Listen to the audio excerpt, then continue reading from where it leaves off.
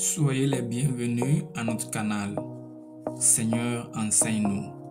Nous sommes à notre série d'études de thèmes spéciaux de la Bible avec notre frère Kolani Martin. Soyez bénis. Amis dans le Seigneur, recevez nos salutations dans le nom de Jésus, notre Seigneur et Sauveur. Prions avant de voir l'enseignement du jour. Père Céleste, nous te bénissons pour la grâce et la vie. Merci pour ta parole qui libère et affranchit. Enseigne-nous ta parole. Merci pour l'exaucement. Au nom glorieux de Jésus, nous prions. Amen. Aujourd'hui, nous considérons une étude spéciale intitulée « Au service du diable ». Au service du diable, Actes chapitre 16, versets 16 à 23.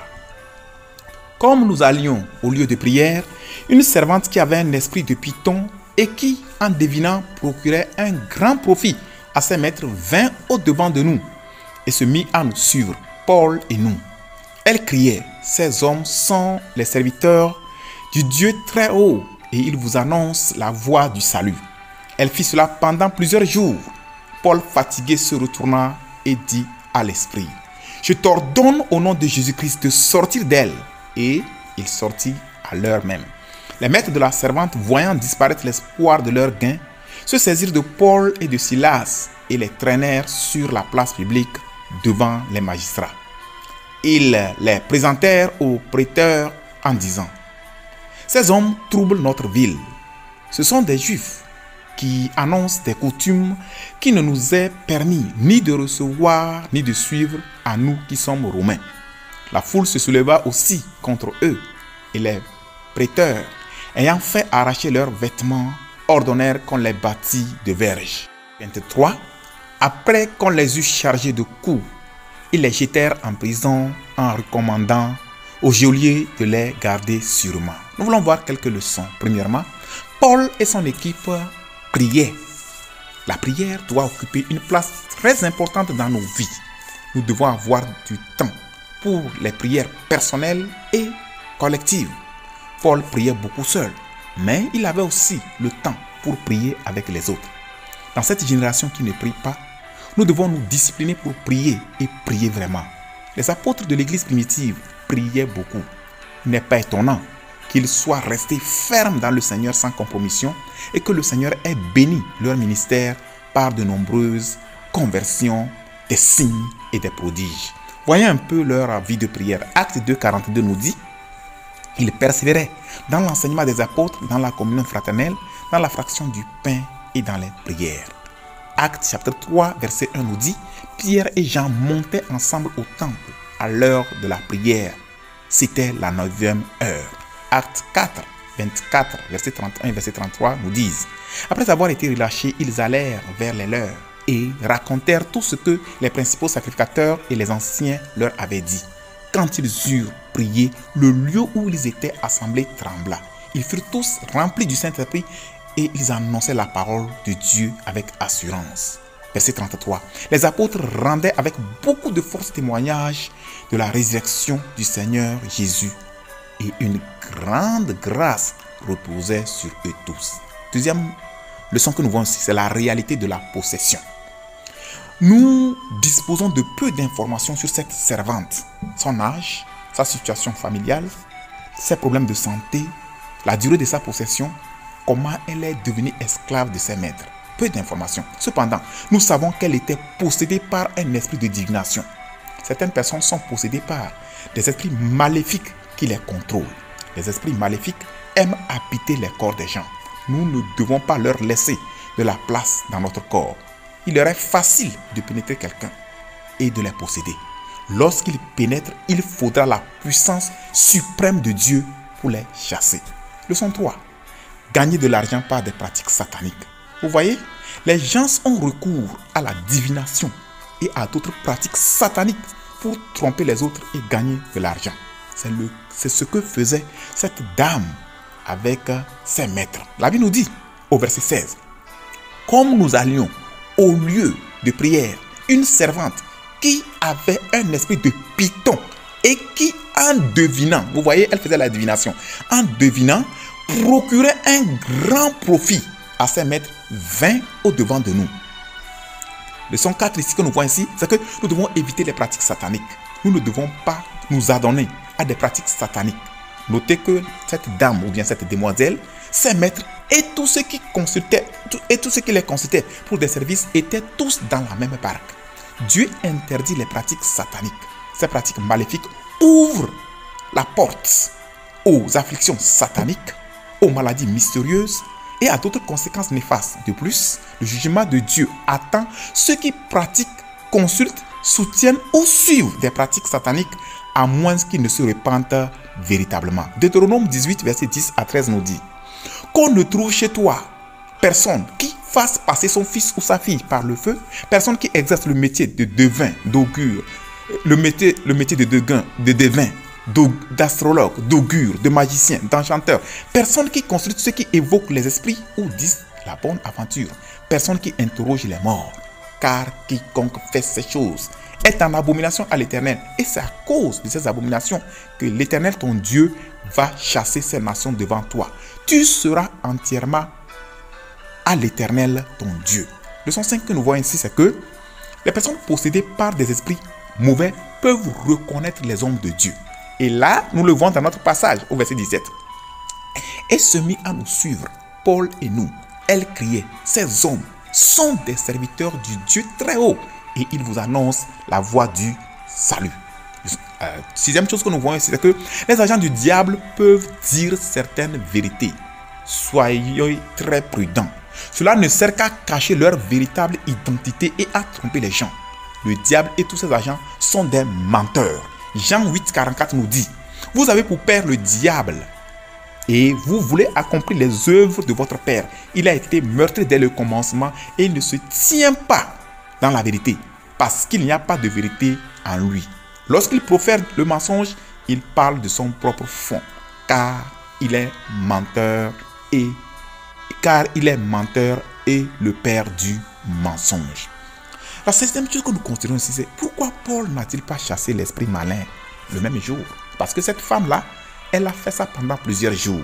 Le verset 18 nous dit, elle fit cela pendant plusieurs jours.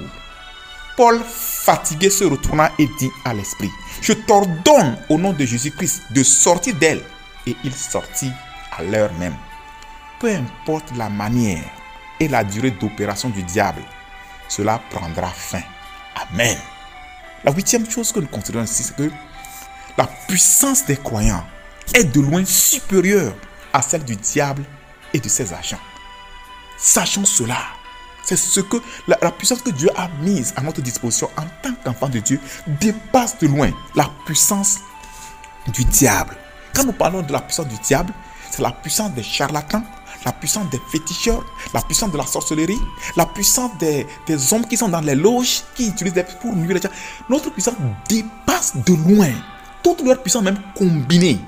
Le diable même descendant, toute leur puissance combinée n'atteint pas la puissance que Christ a octroyée à ses disciples. Jésus dit dans Luc 10, 19, « Voici, je vous ai donné le pouvoir de marcher sur les serpents et les scorpions et sur toute la puissance de l'ennemi. » L'ennemi là-bas, c'est le diable. Et sur toute la puissance de l'ennemi. Et rien ne pourra vous nuire. Leçon 9. Certains aiment vivre dans les ténèbres à cause des profits qu'ils en retirent. C'est une tromperie du diable pour détruire leur vie. Voyez, la Bible nous dit que le voleur ne vient que pour dérober, égorger et détruire. Vous voyez, et c'est ça que la servante là et ses maîtres là, ils aimaient leurs choses tout simplement parce que cela leur procurait du gain. Ils préfèrent que la dame là soit dans cette situation de ténèbres qui va les détruire à cause de l'argent que cela procure. Nous disons que c'est une tromperie du diable. Il y a des gens qui sont assis dans la sorcellerie, des gens qui sont assis dans des loges, qui sont assis dans des associations secrètes, des sociétés secrètes, sataniques. Et parce que ça leur procure du gain, ils sont là, confortablement, et ils ne veulent pas sortir de là. Tout simplement à cause du gain que cela leur procure. Le diable vous trompe. Quand vous écoutez ce message, sortez. Nous sommes prêts. On va vous aider, on va prier pour vous. La puissance que Dieu nous a dotée, que Christ nous a dotée, dépasse de loin cette puissance démoniaques là, nous allons briser ces loges. Nous allons vous libérer de ces liens là. Christ va vous libérer. Et vous serez réellement libre. Si le Fils de Dieu vous a franchi, vous serez réellement libre. Vous aurez du repos. Vous aurez la paix du cœur. Rien ne va vous tourmenter. Rien ne va vous troubler. Vous êtes en train de pactiser avec le diable qui vous trompe. Il vous donne de la main droite et il retire ça de la main gauche. Il vous donne un semblant de paix, un semblant de prospérité, mais c'est pour vous oppresser, pour vous torturer, pour détruire votre foyer, pour détruire votre vie et parfois même pour vous conduire au suicide. Il vous trompe seulement. C'est des appâts seulement qu'il jette devant vous. Soyez sages. Christ vous tend la main. Quand vous écoutez ce message, il dit, venez à moi, vous tous qui êtes fatigués, chargés, et je vais vous donner du repos. Venez à Christ. Vous aurez le repos, la paix véritable. Que le Seigneur vous bénisse quand vous prenez cette décision. Leçon 10. L'œuvre de Dieu peut nous exposer à des persécutions. Ne nous décourageons pas. Après avoir délivré cette demoiselle ou bien cette dame du pouvoir de Satan, Paul et Silas furent arrêtés, battus et jetés en prison. Pouvez vous imaginer cela? Regardons les versets 22 et verset 23. Les versets 22 et 23 nous disent: la foule se souleva aussi contre eux, et les prêteurs, ayant fait arracher leurs vêtements, ordonnèrent qu'on les bâtît de verges. Après qu'on les eut chargés de coups, ils les jetèrent en prison en recommandant au geôlier de les garder sûrement. Leçon 11. Certaines personnes prennent plaisir à servir les autres et à en profiter. Ils feront tout ce qu'ils peuvent pour les opprimer, les utiliser pour obtenir des positions, gagner de l'argent, etc. Et c'est ce que les maîtres ont fait à cette servante. C'est de la pure méchanceté. Et nous devons éviter de telles choses. Combien de gens ne sacrifient pas d'autres personnes pour s'enrichir? Combien de gens n'oppressent pas d'autres personnes pour s'enrichir? Combien de gens n'utilisent pas, je ne sais pas, les gens, et ils torturent d'autres personnes, ils oppressent, ils exploitent d'autres personnes, ils sacrifient d'autres personnes, ils livrent des gens aux charlatans, ils livrent des gens, je ne sais pas, aux puissances maléfiques pour maintenant s'enrichir. Ça, c'est de la pure méchanceté. Répentez-vous, sinon le jugement de Dieu va fondre sur vous. Leçon 12. Quelle était la genèse de cette étrange affaire? Il faisait des affaires louches avec Satan pour se procurer de l'argent. Est-ce que cette femme était née avec cet esprit? On se demande, avec cet esprit de divination. On ne sait pas comment ça a commencé. Mais ça a commencé quelque part. Veillons. Ne nous laissons pas initier dans des pratiques sataniques. N'allons pas quelque part pour récolter, pour prendre des démons qui vont nous envahir. Et les gens vont profiter de nous pour faire de nous des marchandises. Soyons sages, soyons sages, soyons sages. Leçon 13. Certaines personnes ne sont pas contentes lorsque d'autres reçoivent la touche ou les bénédictions de Dieu. Ce fut le cas des maîtres de la servante qui étaient mécontents de la délivrance de cette servante. Verset 19. Les maîtres de la servante, voyant disparaître l'espoir de leur gain, se saisirent de Paul et de Silas et les traînèrent sur la place publique devant les magistrats. Vous voyez, ils n'étaient pas contents que la dame là soit délivrée de cette captivité. Ils ont préféré plutôt mettre la main sur Paul et Silas, de ces agents de bienfaisance, pour les mettre en prison inutilement. Leçon 14. Nous remercions Dieu d'avoir envoyé Paul et son équipe pour ce voyage missionnaire. Que Dieu soit loué pour leur obéissance aussi. Sinon, cette servante aurait péri dans cette captivité. Leçon 15 finalement. Ceux qui sont possédés par des esprits familiers, des esprits démoniaques, savent eux-mêmes, ceux qui sont dans le cas de cette servante-là, qui ont de la clairvoyance, qui ont de la sorcellerie, qui utilisent des puissances pour faire des divinations. Ils savent eux-mêmes, elles savent eux-mêmes qu'ils sont sous le joug de Satan. Ils n'ont pas besoin que les serviteurs de Dieu les repèrent d'abord.